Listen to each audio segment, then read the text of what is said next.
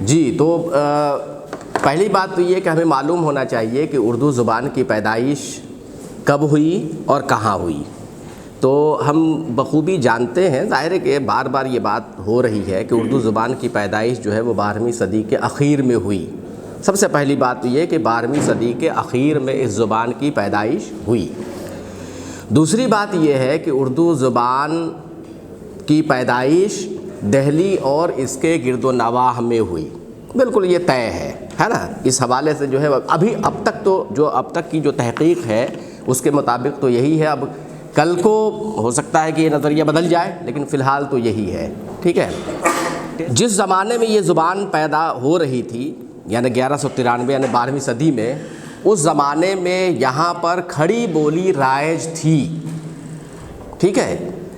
یعنی 1193 میں معیز الدین شہاب الدین غوری نے جب دلی کو اپنا پائے تخت بنایا، ظاہر ہے کہ ان کی زبان فارسی، عربی یا ترکی وغیرہ تھی. تو اس زبان کے امتزاج سے یعنی کھڑی بولی اور فارسی کے امتزاج سے ایک زبان وجود میں آتی ہے جسے ہم اس زمانے، اب تو اردو کہتے ہیں لیکن اس زمانے میں ہندی اور ہندوی کہتے تھے، لیکن اب ہم اردو کہتے ہیں. ٹھیک ہے. چونکہ یہ اردو ادب کی تاریخ کا پیپر ہے تو ہمیں یہ جاننا ہے کہ یہ زبان شمالی ہندوستان میں پیدا ہوئی. ٹھیک ہے. اور یہاں پر یہ فروغ بھی پانے لگی. ابتدا میں امیر خسرو جو فارسی کے شاعر تھے انہوں نے اس زبان کا استعمال کیا. امیر خسرو ظاہر ہے کہ 1253 میں ان کی پیدائش ہے اور 1325 میں ان کا انتقال ہے. تو یعنی یہ ہے کہ 13ویں صدی کے اخیر میں یا 14ویں صدی کے اوائل میں اردو زبان کو ادب کے لیے استعمال کیا گیا امیر خسرو کے ذریعے. ٹھیک ہے. لیکن امیر خسرو کے بعد سے لے کر کے تقریباً 16ویں صدی کے اخیر تک شمالی ہندوستان میں اردو شعر و ادب کا کوئی نمونہ نہیں ملتا ہے. یعنی تقریباً 300 سال تک کا جو زمانہ ہے یعنی 14ویں، 15ویں، 16ویں، بلکہ اتنا ہی مان لیجئے 17ویں صدی میں جو ہے وہ شمالی ہندوستان میں اردو شعر و ادب کے نمونے ملنا شروع ہو جاتے ہیں. لیکن اس سے پہلے جو ہے یعنی امیر خسرو کے بعد تقریباً 300 سال تک شمالی ہندوستان میں اردو شعر و ادب کا نمونہ نہیں ملتا ہے. ایک اندھیرا ہے، ایک تاریک ہے. اس کے برعکس اس کا جو ادب ہے وہ ہمیں ملتا کہاں ہے؟ دکن میں ملتا ہے. اب سوال یہ پیدا ہوتا ہے کہ آخر کیا وجہ رہی کہ شمالی ہندوستان میں اس زبان کے ادب کو فروغ نہیں ملا، دکن میں فروغ ملنے لگا؟ پہلی بات تو یہ کہ دکن جو ہے غیر ہند آریائی علاقہ ہے. یعنی اردو زبان ایک ہند آریائی زبان ہے، یہ تو معلوم ہے آپ کو، یہ پہلے بتایا جا چکا ہے. اور دکن کا جو علاقہ ہے وہ دراویڑین علاقہ ہے، یعنی دراویڑی لسانی خاندان سے متعلق زبانیں وہاں پر بولی جاتی ہیں. حالانکہ اس زمانے میں مہاراشٹر اور گجرات کو بھی دکن کا حصہ مانا جاتا تھا، اور دکن یعنی جو دراویڑی لسانی خاندان سے متعلق زبانیں ہیں اس کے اثرات مراٹھی یعنی مہاراشٹر اور گجرات پر ہیں. لیکن یہ زبانیں ہند آریائی زبانیں ہیں، یعنی یہ غیر ہند آریائی نہیں ہے، ہند آریائی ہے. ٹھیک ہے. لیکن بہرحال اس زمانے میں جو ہے وہ دکن کا حصہ مانا جاتا تھا. ٹھیک ہے. تو سب سے پہلے ہمیں یہ جاننا چاہیے کہ آخر وہ کون سے اسباب تھے جس کی وجہ سے یہ زبان جو ہے وہ دکن پہنچ گئی. تو میں بتا چکا ہوں اس میں 3 تو اہم سبب ہیں. ٹھیک ہے. 3 اہم سبب ہیں. پہلا سبب تو یہ ہے کہ جلال الدین خلجی کا جو بھتیجا ہے علاؤ الدین خلجی، اس نے 1294 میں مہاراشٹر کا ایک علاقہ ہے دیوگیر، اس پر حملہ کیا۔ اب آپ دیکھیے کہ 1193 میں شہاب الدین غوری کی تخت نشینی ہوتی ہے دہلی میں، اور اس کے بعد سے اردو زبان کو فروغ ملنا شروع ہو جاتا ہے۔ تقریباً 100 سال کے بعد یہ زبان علاؤالدین خلجی کے ذریعے مہاراشٹر پہنچ جاتی ہے، یعنی دکن کا ہی علاقہ اس زمانے میں اس کو کہا جاتا تھا، متصل ہے وہ، ٹھیک ہے۔ تو پہلا سبب یہ ہے کہ جلال الدین خلجی کا بھتیجا علاؤالدین خلجی نے 1294 میں مہاراشٹر کے دیوگیر پر حملہ کیا، اور ظاہر ہے کہ اس کے ذریعے پوری افواج گئی اور یہاں پر جو ہے یہ زبان فروغ پا گئی تھی، اس کے ساتھ اردو زبان بھی گئی۔ دوسرا جو بڑا واقعہ ہے وہ یہ ہے کہ 1296 میں خود علاؤالدین خلجی جو ہے وہ دہلی کے تخت پر بیٹھتا ہے، ٹھیک ہے، اور اس نے کیا کیا کہ اپنے ایک سپہ سالار ملک کافور کو دیوگیر پر حملہ کرنے کے لیے کہتا ہے، اور وہ حملہ کرتا ہے اور اس پر قابض بھی ہو جاتا ہے۔ یعنی 1296 میں دیوگیر پر باقاعدہ قبضہ ہو جاتا ہے، اور وہ علاؤالدین خلجی کی سلطنت کا حصہ بن جاتا ہے۔ حصہ بننے کے بعد اردو زبان کو مزید فروغ ملنے لگا دکن میں، ٹھیک ہے نا۔ یہ دو اسباب ہو گئے۔ تیسرا سبب جو اس سے بھی بڑا سبب ہے، وہ یہ ہے کہ 1325 میں محمد بن تغلق جو ہے وہ دہلی کے تخت پر بیٹھتا ہے، ٹھیک ہے، اور 1327 میں اس نے یہ فرمان جاری کر دیا کہ دیوگیر کا نام اب ہم دولت آباد رکھ رہے ہیں، اور اب سے جو ہے وہی ہمارا پائے تخت ہوگا یا ہماری دارالحکومت ہوگی، لہٰذا دلی کی پوری آبادی کو یہ حکم دیا جاتا ہے کہ وہ دولت آباد منتقل ہو جائے۔ تو یہ ایک بہت بڑا واقعہ تھا جس کے ذریعے جو ہے اردو زبان شمالی ہندوستان سے دکن پہنچ جاتی ہے۔ میرا خیال سے بالکل سمجھ میں آ گئی ہوگی بات، ٹھیک ہے۔ اس کے علاوہ ایک اور واقعہ ہے جس کا ذکر کم کیا جاتا ہے، لیکن اس کے ذریعے بھی جو ہے یہ زبان دکن پہنچتی ہے۔ وہ ہے 1398 میں تیمور لنگ کے ذریعے دہلی پر جو ہے حملہ کیا جانا۔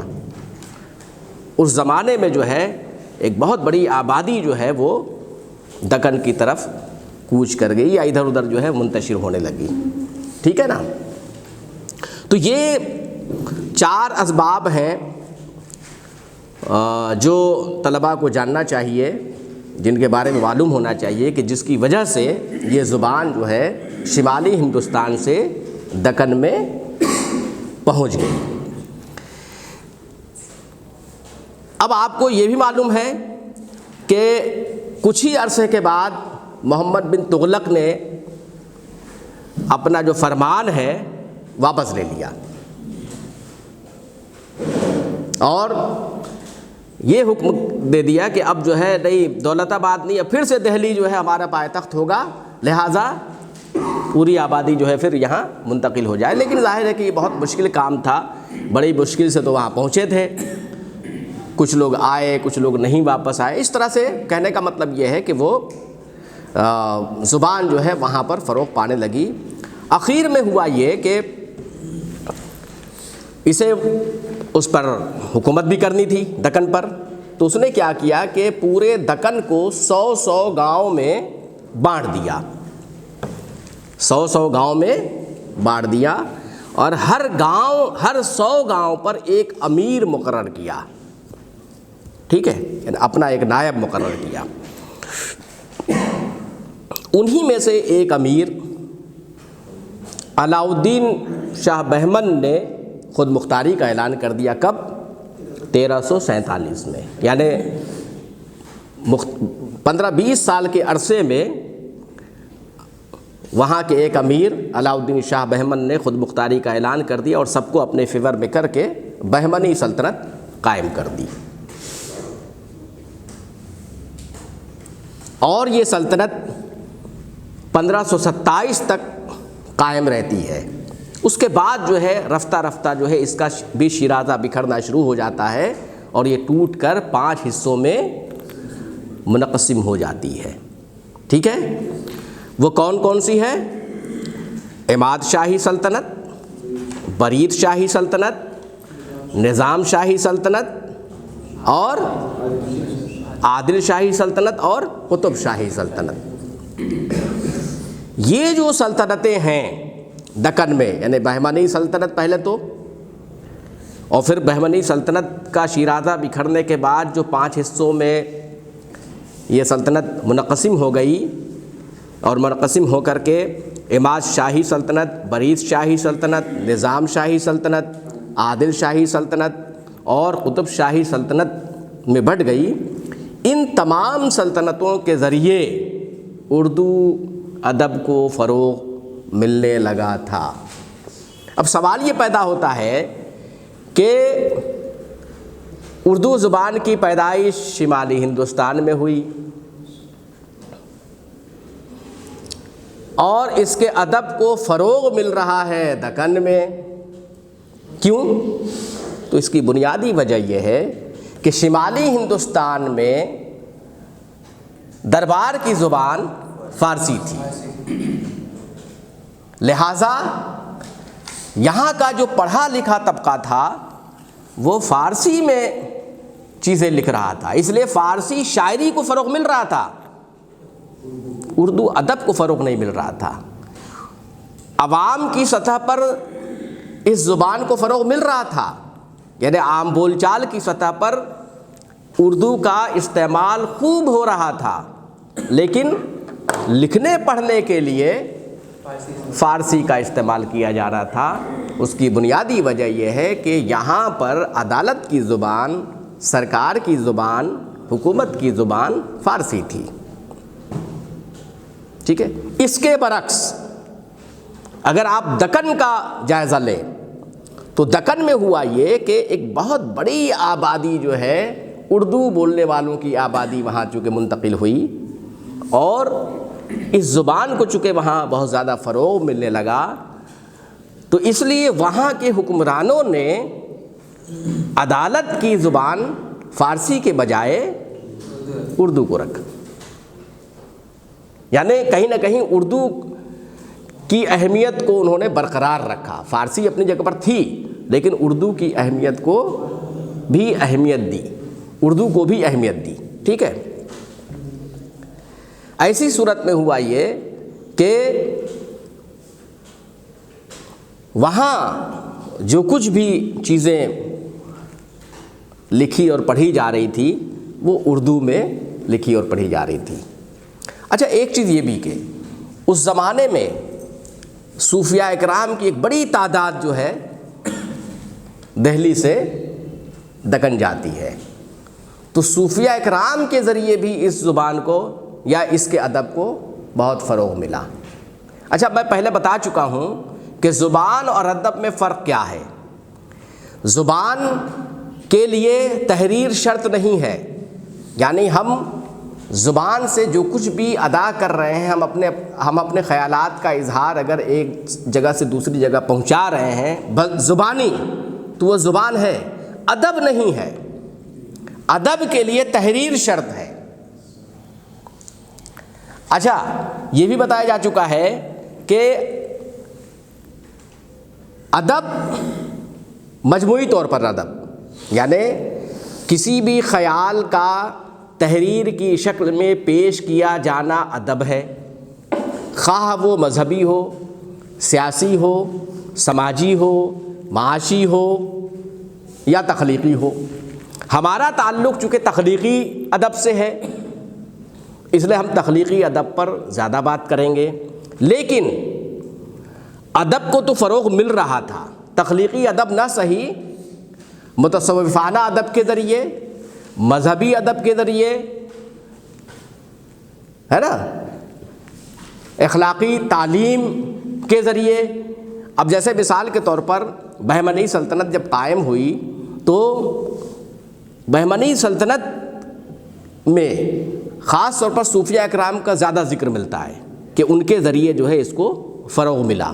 تو اس میں سے ایک بڑی تعداد ہے، لیکن کچھ نام جو ہے وہ میں گناؤں گا تاکہ اس سے آپ کو اندازہ ہو جائے کہ اس زمانے میں کس طرح سے جو ہے اردو ادب کو فروغ ملنے لگا تھا۔ اور یہ تخلیقی ادب اس کو نہیں کہیں گے ہم، اسے ہم متصوفانہ ادب کہیں گے، مذہبی ادب کہیں گے، ہے نا، یا نیم ادب بھی کہہ سکتے ہیں ہم۔ نیم ادب مطلب نیم تخلیقی ادب کہہ سکتے ہیں ہم، ٹھیک ہے۔ تو اس میں سب سے پہلا نام میں نے ظاہر ہے کہ پہلے بھی بتایا تھا کہ شیخ عین الدین گنج العلم یا علوم بھی کہتے ہیں، گنج العلم یا گنج العلوم بھی کہا جاتا ہے ان کا نام۔ ان کا انتقال 1393 میں ہوا تھا، ٹھیک ہے۔ شمس اللہ قادری کی ایک کتاب ہے اردو قدیم۔ اردو قدیم میں جو ہے ان کے 3 رسالوں کا ذکر ملتا ہے، لیکن یہ کہیں اب نہیں ملتے، دستیاب نہیں ہے، نایاب ہے، ٹھیک ہے نا۔ اس لیے جو ہے ان کے بعد جو نام آتا ہے وہ خواجہ بندہ نواز گیسو دراز کا آتا ہے، ٹھیک ہے نا۔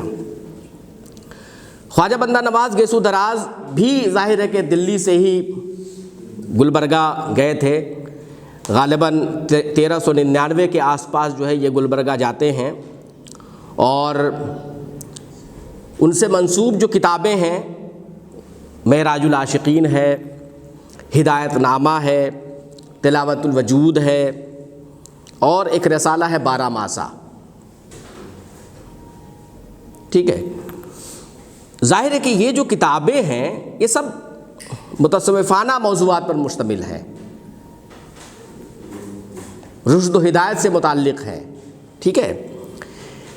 معراج العاشقین کے بارے میں کہا جاتا ہے کہ یہ 1422 سے پہلے کی تصنیف ہے۔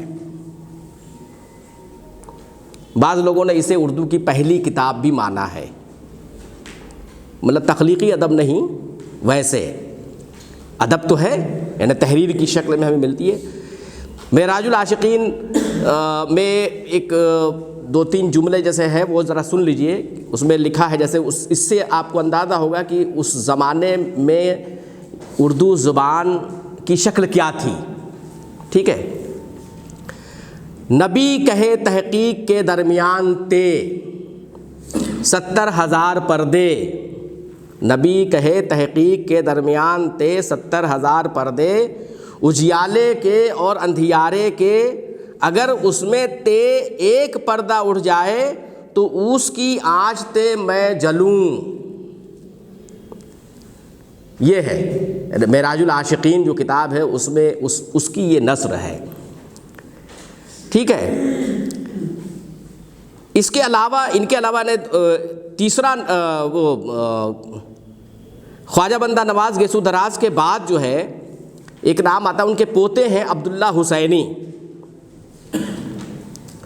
انہوں نے ایک کتاب ہے نشاط العشق، اس کا ترجمہ کیا تھا، نشاط العشق، اس کا جو ہے وہ دکنی میں ترجمہ کیا تھا اور اس کی شرح لکھی تھی۔ تو کہنے کا مطلب یہ ہے کہ اس طرح سے جو ہے اردو ادب کو فروغ ملنے لگا تھا۔ چوتھے جو صوفی ہیں وہ ہیں شاہ میرا جی شمس العشاق، شاہ میرا جی شمس العشاق، 1497 میں پیدائش بتائی جاتی ہے اور 1562 میں ان کا انتقال بتایا جاتا ہے، ٹھیک ہے۔ انہوں نے بھی جو ہے اپنے متصوفانہ خیالات کو جو ہے نثر اور نظم میں پیش کیا ہے۔ ان سے منسوب جو مثنویاں ہیں اور کچھ کتابیں ہیں وہ یہ ہیں خوش نامہ اور خوش نغز، یہ تو مثنویاں ہیں، اور ایک طویل نظم ہے شہادت الحقیقت کے نام سے، ٹھیک ہے، اور ایک اور جو ہے ایک نثری تصنیف ہے شرح مرغوب القلوب، شرح مرغوب القلوب۔ ان کا ایک شعر ہے، ظاہر ہے کہ اس میں انہوں نے تصوف کے مضمون کو پیش کیا ہے۔ تو قادر کر سب جگ،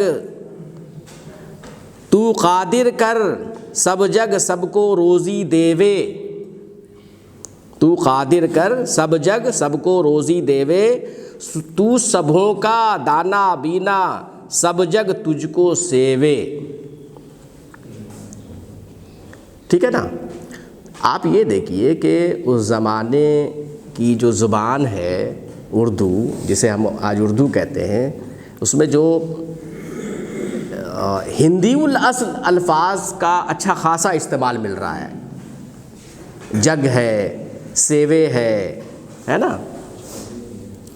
بہرحال ایک اور صوفی ہیں علی محمد جیوگام دھنی، ان کا گجرات سے تعلق تھا، ان کا انتقال 1565 بتایا جاتا ہے۔ ان کی نظموں کا ایک مجموعہ ہے جواہر اسرار اللہ، جواہر اسرار اللہ۔ ظاہر ہے کہ یہ انہوں نے خود تو نہیں لکھی تھی، ان کے شاگردوں نے جو ہے اسے جو ہے وہ مرتب کیا ہے، لیکن یہ ہے کہ اس سے یہ پتہ چلتا ہے کہ اس زبان کا استعمال ادب کے لیے کس تیزی سے ہونے لگا تھا دکن میں، ہے نا، یعنی اس کو بڑی تیزی سے فروغ مل رہا تھا۔ ایک اور نام ہے برہان الدین جانم، جو شاہ میرا جی شمس الشاق کے بیٹے ہیں، برہان الدین جانم۔ ان کی بھی کئی شعری تصنیفات ملتی ہیں، جیسے وصیت الہادی ہے، رموز الواصلین ہے۔ خاص طور پر جو ہے ان کی کتاب کلمۃ الحقائق بہت زیادہ مشہور ہے۔ ان کے بھی ایک دو شعر سن لیجیے آپ لوگ۔ کاٹا چھانٹا پھل اور پھول، کاٹا چھانٹا پھل اور پھول، شاخ برگ سب دیکھ اصول، نہ اس خالق مخلوق کوئے جیسا تیسا دیکھا ہوئے، نہ اس خالق مخلوق کوئے جیسا تیسا دیکھا ہوئے۔ ظاہر ہے کہ یہ ابھی ابتدائی اردو ہے، اور آج کی اردو سے آپ اس کا موازنہ اگر کریں گے تو آپ کو تھوڑی پریشانی ہوگی، لیکن مقصد یہ ہے کہ آپ یہ جان لیں کہ کیسے ہماری جو زبان ہے وہ ادب میں تبدیل ہو رہی تھی، یعنی اس زبان کو ادب کے لیے استعمال کیا جا رہا تھا، اور کس طرح کی زبان استعمال کی جا رہی تھی اس زمانے میں۔ ٹھیک ہے، اس کے علاوہ ایک اور نام ہے امین الدین اعلیٰ۔ امین الدین اعلیٰ 1674 میں ان کا انتقال ہوا تھا۔ انہوں نے بھی جو ہے نظم اور نثر دونوں میں جو ہے وہ طبع آزمائی کی۔ ان سے منسوب جو کتابیں ہیں محب نامہ ہے، رموز السالکین ہے، گنج مخفی ہے، اور وجودیہ ہے۔ ٹھیک ہے، یہ کتابیں ہیں، ظاہر ہے کہ اس میں جو ہے انہوں نے اپنے متصوفانہ اور مذہبی خیالات کو نثر اور نظم میں پیش کیا ہے۔ ٹھیک ہے، اب ظاہر ہے کہ ان کی جو اہمیت ہے وہ تاریخی ہے، مذہبی ہے نا، یعنی اسے ہم تخلیقی ادب کے زمرے میں تو نہیں رکھیں گے، لیکن بہمنی سلطنت میں ایک کتاب ہے جسے اردو کی پہلی باضابطہ ادبی کتاب تسلیم کی جاتی ہے۔ ٹھیک ہے، وہ ہے مثنوی کی شکل میں ہے، اور نام کیا ہے؟ قدم راؤ پدم راؤ، یعنی اردو کی پہلی باقاعدہ کوئی اگر ادبی کتاب ہے جسے ہم تسلیم کرتے ہیں وہ ہے مثنوی قدم راؤ پدم راؤ۔ اور یہ مثنوی جو ہے بہمنی سلطنت کے 9ویں بادشاہ احمد شاہ بہمنی کے عہد میں لکھی گئی تھی، اور اس کا زمانہ کیا ہے؟ 1421 سے 1434 یا 35 کا زمانہ، یعنی 1421 سے 1435 یا 34 کے درمیان یہ مثنوی لکھی گئی، ٹھیک ہے نا؟ تو اس طرح سے جو ہے دکن میں جو ہے اردو زبان و ادب کو فروغ ملنے لگا۔ ظاہر ہے کہ شمالی ہندوستان میں جو ہے اردو شعر و ادب کا کوئی نمونہ نہیں ملتا ہے۔ تو فی الحال جو ہے میرا خیال ہے آپ لوگوں کو یہ سمجھ میں آ گیا ہوگا کہ اردو زبان کی پیدائش شمالی ہندوستان میں ہوتی ہے، اگرچہ 13ویں صدی کے آخر اور 14ویں صدی کے اوائل میں امیر خسرو نے اس زبان کا استعمال کیا، بعض غزلیں، کہمکرنیاں اور پہلیاں انہوں نے لکھیں، لیکن امیر خسرو کے بعد یعنی تقریباً 16ویں صدی کے آخر تک شمالی ہندوستان میں اردو شعر و ادب کا نمونہ نہیں ملتا ہے۔ اس کے برعکس دکن میں جو ہے اسے فروغ ملنے لگتا ہے، اور دکن میں خاص طور پر جو بہمنی سلطنت قائم ہوتی ہے، بہمنی سلطنت کے دوران جو ہے صوفیاء کرام کے ذریعے اسے فروغ ملتا ہے، اور اسی زمانے میں باقاعدہ اردو کی پہلی ادبی کتاب بھی ملتی ہے جو مثنوی کی شکل میں ہے، اور اس کا نام ہے مثنوی قدم راؤ پدم راؤ، اور مصنف کا نام کیا ہے؟ فخر الدین نظامی۔ یعنی یہ جو قدم راؤ پدم راؤ مثنوی ہے، اس کے مصنف کون ہیں؟ فخر الدین نظامی۔ ظاہر ہے کہ اس کے بعد جو ہے آپ کو بتایا جا چکا ہے کہ بہمنی سلطنت ٹوٹ کر جو ہے وہ 5 حصوں میں منقسم ہو گئی، اور ان تمام سلطنتوں کے ذریعے اردو شعر و ادب کو فروغ ملا۔ ظاہر ہے کہ کوئی ضروری نہیں ہے کہ ان تمام 5 سلطنتوں کے ذریعے، اس میں خاص طور پر جو ہے قطب شاہی سلطنت کے ذریعے زیادہ فروغ ملا، اس پر ہم بعد میں بات کریں گے۔